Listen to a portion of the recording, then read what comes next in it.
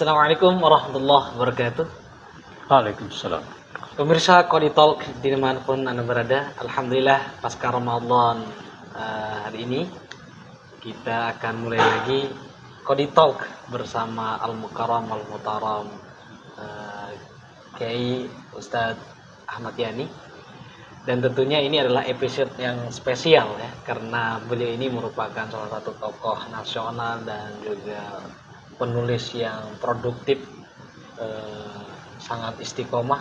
Hari ini sudah tulisannya, bukunya yang sudah terbit hampir lebih daripada 50 buku. Dan tentunya sebelum kami mulai, izinkan kami mengucapkan minal aizin wal faizin, mohon maaf lahir dan batin. Dan terima kasih sudah tetap bersedia bersama Kodi Talk. Baik, langsung saja kita sapa guru kita Ustadz Haji Ahmad Yani. Assalamualaikum. Waalaikumsalam warahmatullahi wabarakatuh. Alhamdulillah. Ya. Ini awet muda nih kayak Ustadz. Jangan suka ngomong begitu. Karena kalau dibilang awet muda nanti nggak jadi taubat. Karena orang taubat nunggu tua, udah tua dibilang awet muda. Iya. Ini betul ya, kita pemirsa teman-teman semua dimanapun Anda berada, sekilas kita lihat guru kita ini seperti baru usia 40 ya 40 45. Tapi ternyata di balik itu beliau sudah punya cucu. Kira-kira cucunya berapa ya? Cucu 7. Masya Allah, 7 gitu. Tanpa rambutnya masih tetap hitam, masih tetap bersih dan sebagainya. Ini, dan yang paling menarik adalah beliau masih tetap produktif gitu ya. Jadi ini yang membuat kita menjadi spesial, menjadi episode spesial pada hari ini, karena beliau ini adalah salah satu tokoh yang luar biasa ya. Dan tentunya semua masjid di DKI Jakarta pasti mengenal beliau, Ustadz Haji Ahmad Yani, penulis buku dakwah. Baik, kali ini kita akan berbincang mengenal bagaimana kita mengenal lebih dekat tentang sosok Ustadz Haji Ahmad Yani. Kapan sih beliau mulai berdakwah? Nah, ini akan kita gulit bersama guru kita. Baik Ustadz, boleh diceritakan nggak seperti itu? Kira-kira kapan mulai dakwah? Dan kira-kira apa yang membuat rasa untuk menggeluti dakwah itu bisa dalam gitu? Iya, bismillahirrahmanirrahim.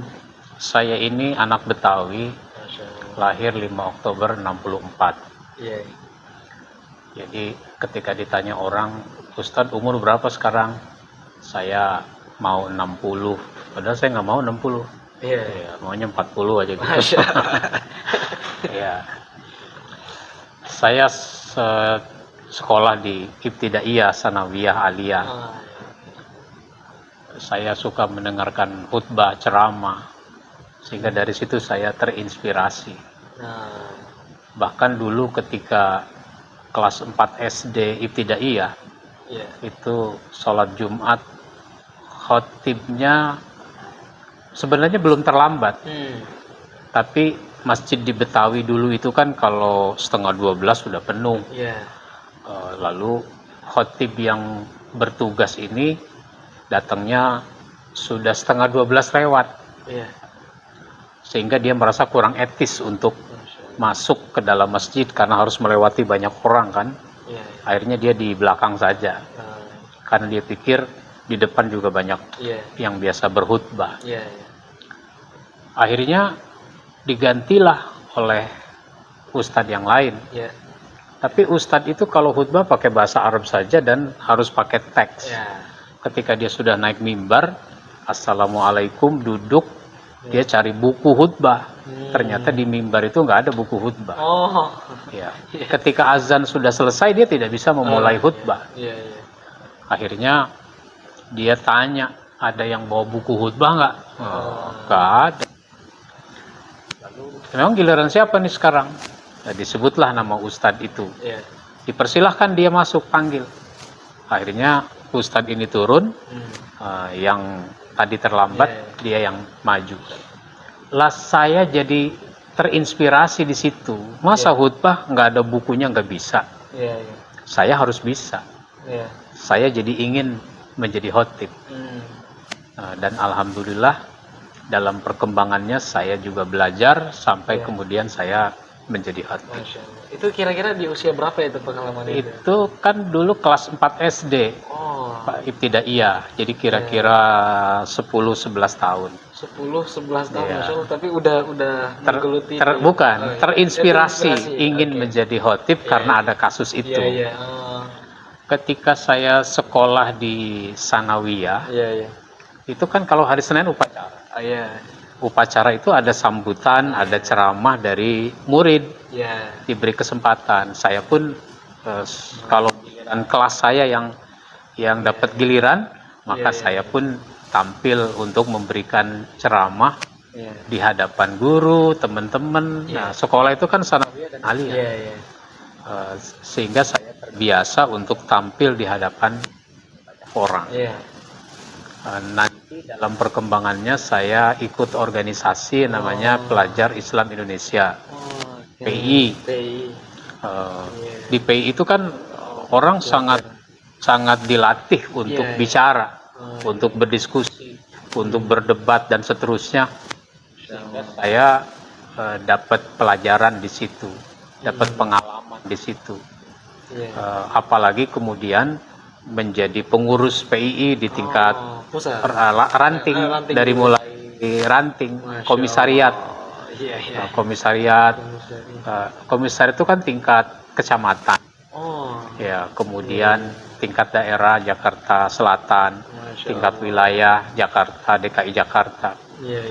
DKI Jakarta itu bukan DKI, wilayahnya PII Jakarta itu dari Tangerang sampai Subang, Purwakarta, itu begitu. Depok masuk wilayah Jakarta. Luas sekali berarti cakupannya pada saat itu. Dan Ustadz pada saat itu menjadi pengurus itu. Saya menjadi pengurus sampai menjadi ketua PII Jakarta tahun 87 sampai 89. 87, 89. Sampai 89. 2 tahun nanti. Sebelumnya kan di jenjang pengurus wilayah, pengurus daerah, tingkat kota, kemudian tingkat kecamatan. Nah, pada saat saya menjadi mahasiswa, saya kan banyak melakukan pembinaan kepada adik-adik tingkat SMA, tingkat SMP, sehingga disitulah mulai dakwah yang langsung berhadapan dengan orang-orang yang harus kita bina. Masya Allah.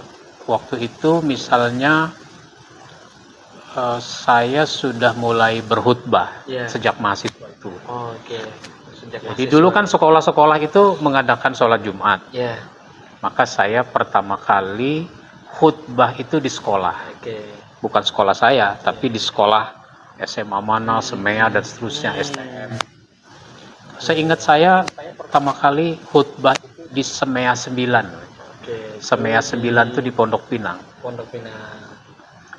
Saya persiapkan dengan matang karena di sekolah itu guru agamanya memang meminta bantuan diantaranya kepada saya untuk membina murid-murid. Sehingga ada kegiatan rohis pada hari. Berarti rohis sudah ada di situ. Iya, rohis sudah ada.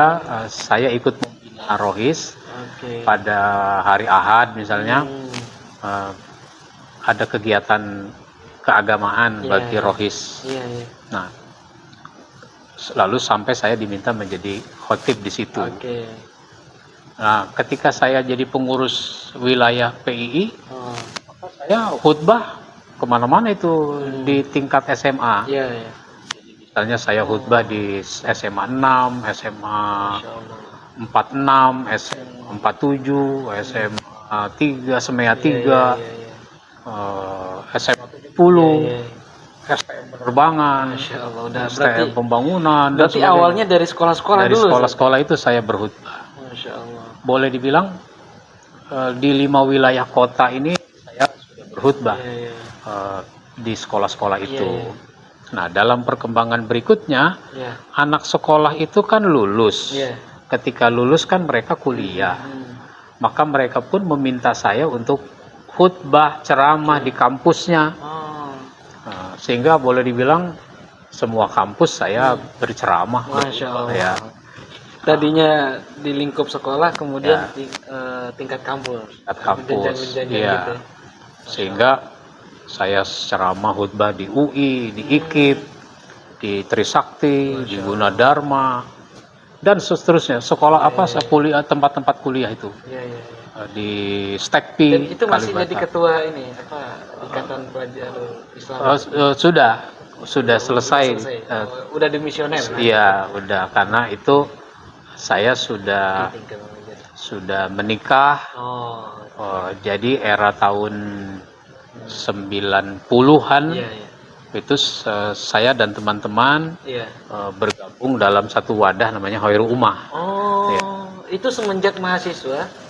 Jadi Khairul Ummah itu baru didirikan tahun 89. Saya aja udah selesai kuliah. Kemudian berkiprah di organisasi di Yayasan Khairul Ummah itu. Ada teman-teman yang karena latar belakang pengajian, latar belakang kuliah, kegiatan, maka kita bikin namanya Khairul Ummah.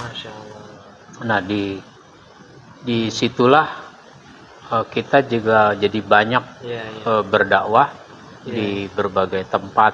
Dimulailah dari kampus-kampus itu, kampus-kampus, sehingga nah sesudah kampus-kampus itu kan orang-orang yang tadinya kuliah lulus, dia kan kerja di berbagai kantor.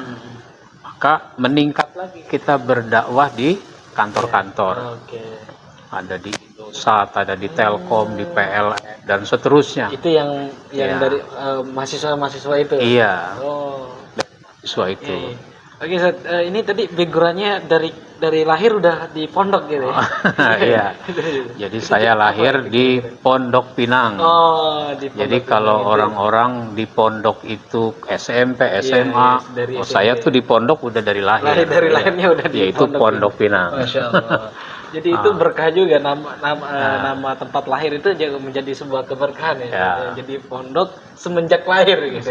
Jadi pondok semenjak lahir itu di Pondok Pinang. Dan yang kemudian menjadi pendakwah yang sangat luar biasa dari tadi, mulai dari tingkat sekolah-sekolah, kemudian tingkat masjid-masjid kampus, kemudian sekarang masjid-masjid BUMN kayak Telkom dan sebagainya, karena lulusan daripada yang dulu beliau ngisi di mahasiswa-mahasiswa kampus itu yang kemudian kerja di tempat-tempat Telkomsel, kemudian BUMN dan sebagainya, sehingga beliau juga masih diingat ternyata sama alumni-alumni yang beliau ngajar di situ gitu. Ini merupakan suatu hal yang sangat luar biasa, dan tentunya kalau misalnya tidak ada suatu hal yang menarik dan suatu hal yang luar biasa dalam diri beliau, Ustaz Ahmad, guru kita Ustaz Ahmad Yani, ini tidak mungkin juga mereka akan manggil lagi nih Ustaz ya, karena bentuk keistiqomahan beliau ternyata. Dan mungkin kita akan gali sedikit kira-kira kiat-kiat untuk bagaimana supaya kita itu istiqomah. Nah, ini yang berat ini kan.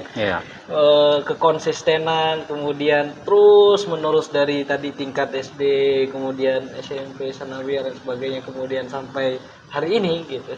Dan ini kan namanya dakwah itu harus terpanggil ya. Harus terpanggil, sehingga ini merasa menjadi tanggung jawab kita. Karena merasa punya tanggung jawab, enak nggak enak dijalani, susah gampang diteruskan. Itu semua karena merasa tanggung jawab. Karenanya orang kalau sudah punya rasa tanggung jawab, dia mempersiapkan diri untuk itu.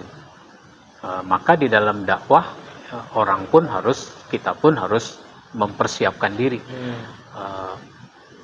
Bukan cuma pakaian yang banyak.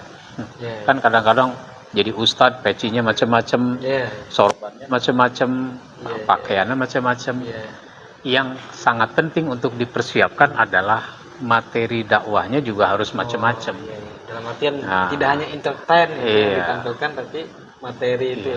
Materi dakwahnya. Karenanya saya secara pribadi selalu berusaha merumuskan materi-materi dakwah yang akan disajikan kepada jamaah. Iya, iya. Bahkan pokok-pokok bahasan tuh saya tulis sampai menjadi buku. Masya Allah. Misalnya ada buku 170 materi dakwah pilihan. Iya. Itu pokok-pokok bahasan aja. Kemudian ada buku 160 catatan materi dakwah. Iya. Jadi pokok-pokok bahasan yang dicatat. Iya. Sehingga dari situ memperkaya materi dakwah. Belum lagi ditulis juga dari situ menjadi buku khutbah, materi-materi khutbah yang itu dimanfaatkan oleh banyak ustadz di berbagai daerah.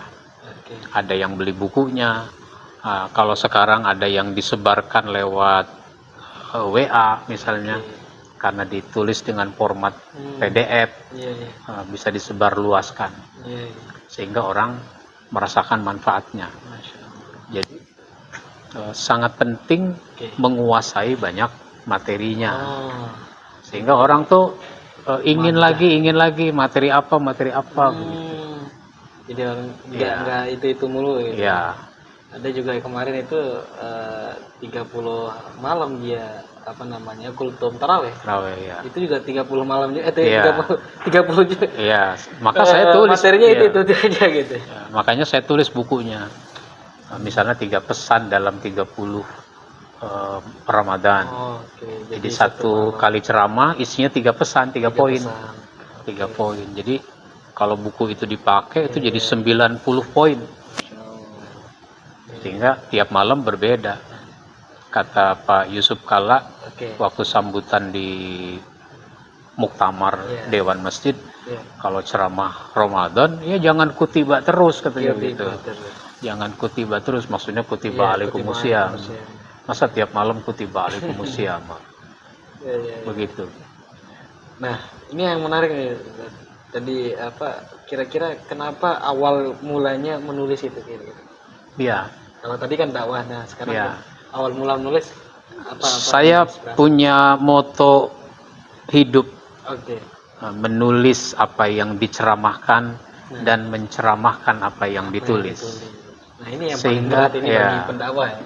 Sehingga dengan begitu apa-apa yang saya ceramahkan terdokumentasi dalam bentuk tulisan. Karena apa? Saya ingin menulis karena dengan menulis itu kita bisa berbagi kepada para ustadz, para dai, apalagi di daerah-daerah.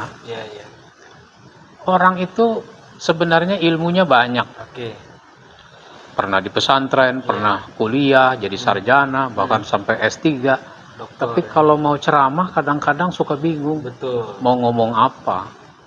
Apalagi kalau dia ceramah, ngisi pengajian di tempat yang sama udah bertahun-tahun.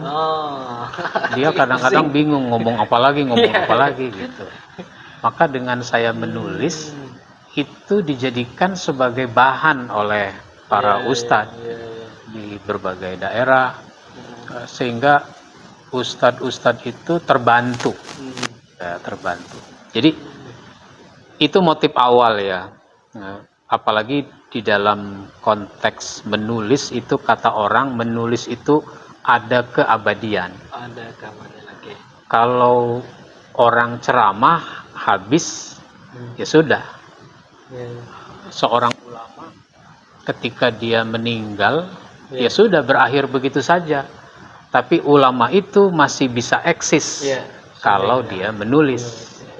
Nah, meskipun sekarang sudah terbantu dengan video. Tapi tetap saja menulis itu tidak tergantikan dengan video. Karena orang kalau dengerin ceramah itu biasanya enggak 2 kali, enggak 3 kali. Sekali sudah cukup. Nah, tapi kalau tulisan itu dibaca berulang-ulang. Betul. Maka banyak ulama yang sudah wafat. Tapi dia masih terasa hidup sampai sekarang. Buya Hamka sudah wafat tapi terasa hidup. Karena dia meninggalkan karya tulis yang banyak.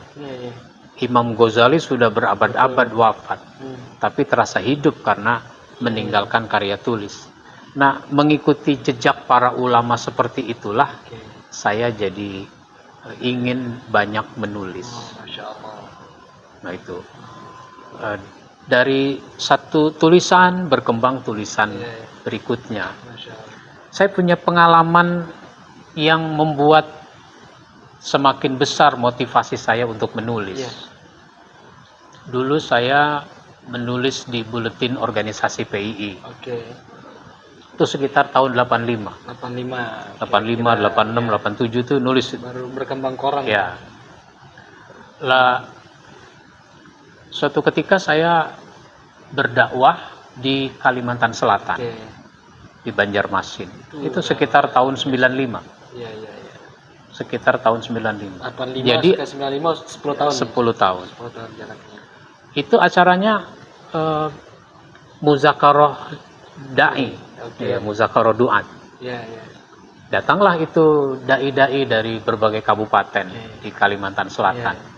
Ada dari Barabai, ada dari Tabalong, ada dari Kandangan, dan sebagainya. Lalu ada seorang ustadz mencocokkan apa yang dia ingat dengan saya. Ustadz ini kan suka nulis ya?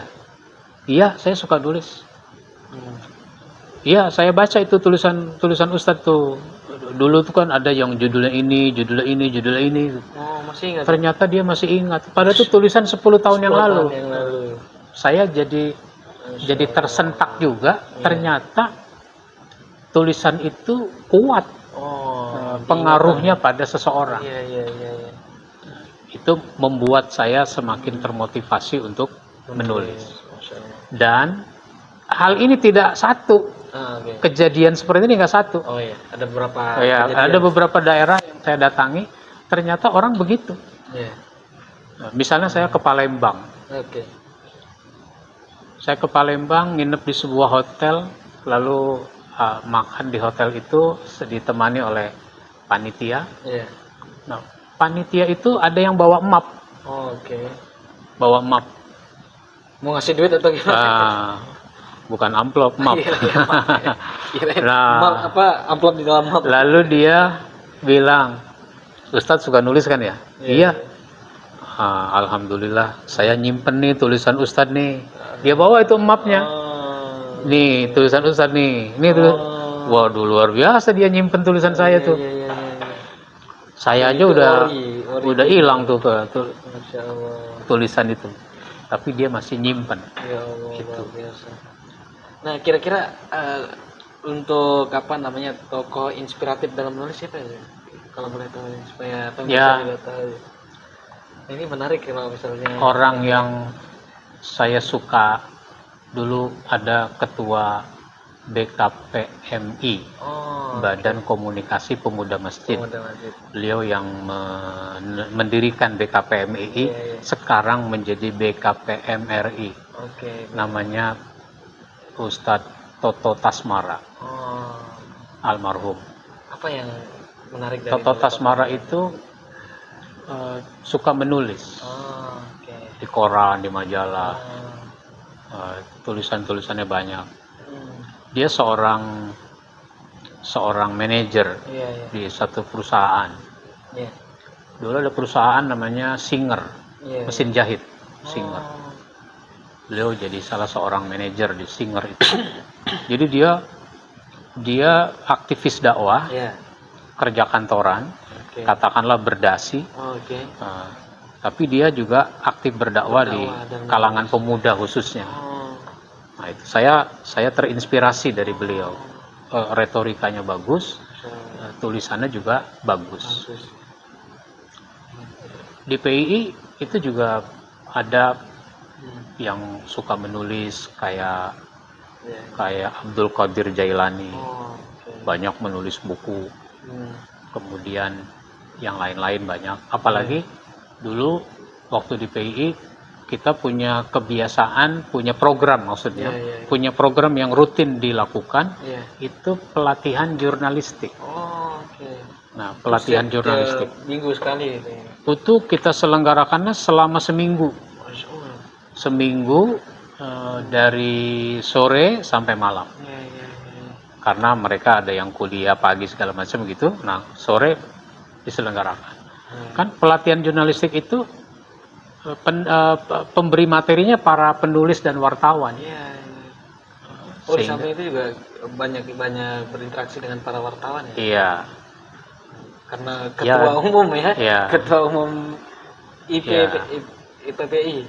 PII. PII. Iya. Ketua umum PII. Jadi para wartawan mengisi acara itu dan saya sebelum jadi panitia itu juga jadi peserta. Saya jadi peserta sehingga saya dinobatkan sebagai peserta terbaik dalam acara itu. Masya Allah.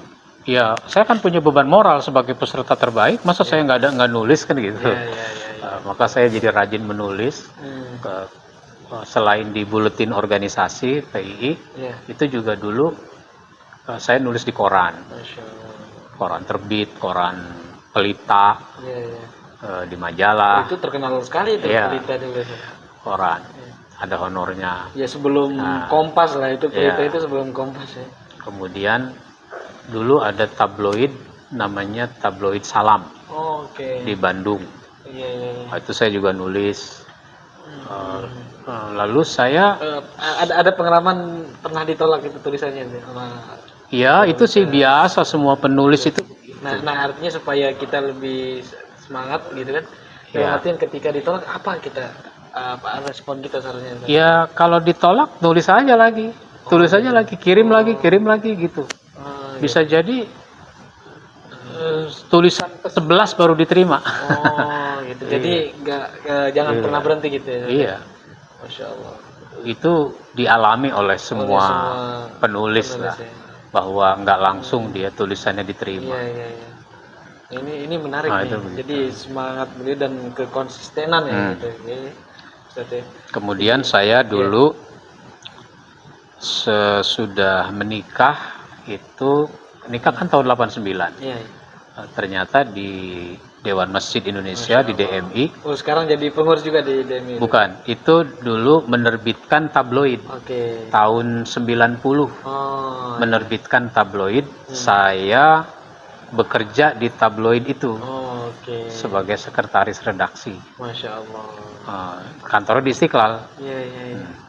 Jadi itu tabloid terbit dua minggu sekali. Meskipun dalam perkembangannya terbit seminggu sekali. Yang diantara yang berlangganan itu adalah Kementerian Agama. Kementerian Agama itu mendistribusikannya kepada KUA seluruh Indonesia.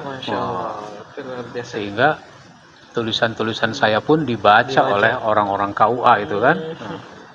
Seluruh Indonesia. Iya. Sehingga kalau saya ketemu orang KUA dalam satu acara, dia masih ingat. Ini Ustadz Ahmad Yani yang di tabloid Jumat gitu. Iya, tulisannya saya baca itu. Masya Allah. Gitu. Ada satu hal yang semakin menginspirasi untuk menulis ketika saya ada berdakwah di Freeport. Di Papua. Itu tahun sebelum tahun 2000 itu. Udah lama berarti. Ya. Selain sebelum itu, Ustaz. Kira-kira apa yang kemudian tadi Ustadz itu diundang ke daerah-daerah ya? Ke pelosok sampai ke Kalimantan, nanti ke Palembang, sampai tadi ini sekarang ini ke Papua gitu. Apa yang kemudian mendasari itu sehingga Ustadz diundang sehingga nanti bisa menginspirasi kita nih? Ya, pertama adalah hubungan pertemanan dengan para ustadz. Misalnya Ustadz A pernah berdakwah ke satu daerah.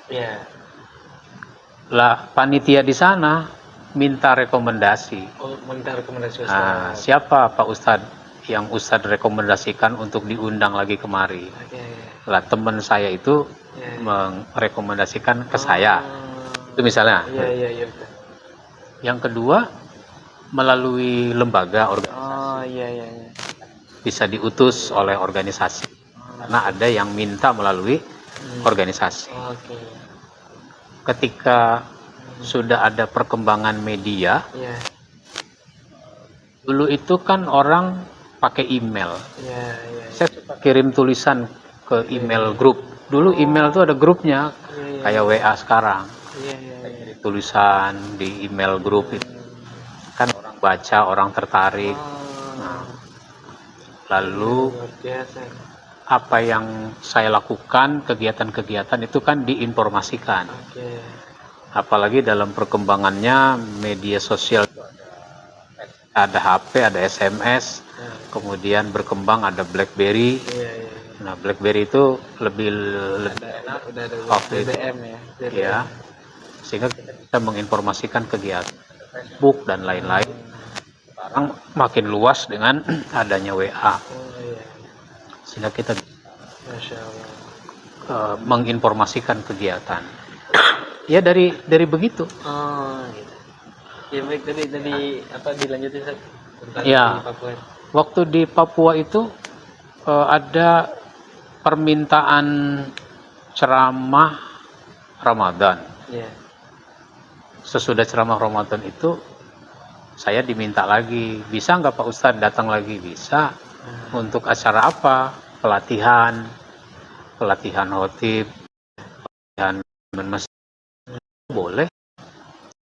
Saya kan lakukan itu sejak tahun 93. Saya rumuskan. Lalu saya bilang, kalau bikin pelatihan luar ini nggak orang muslim buat kompor.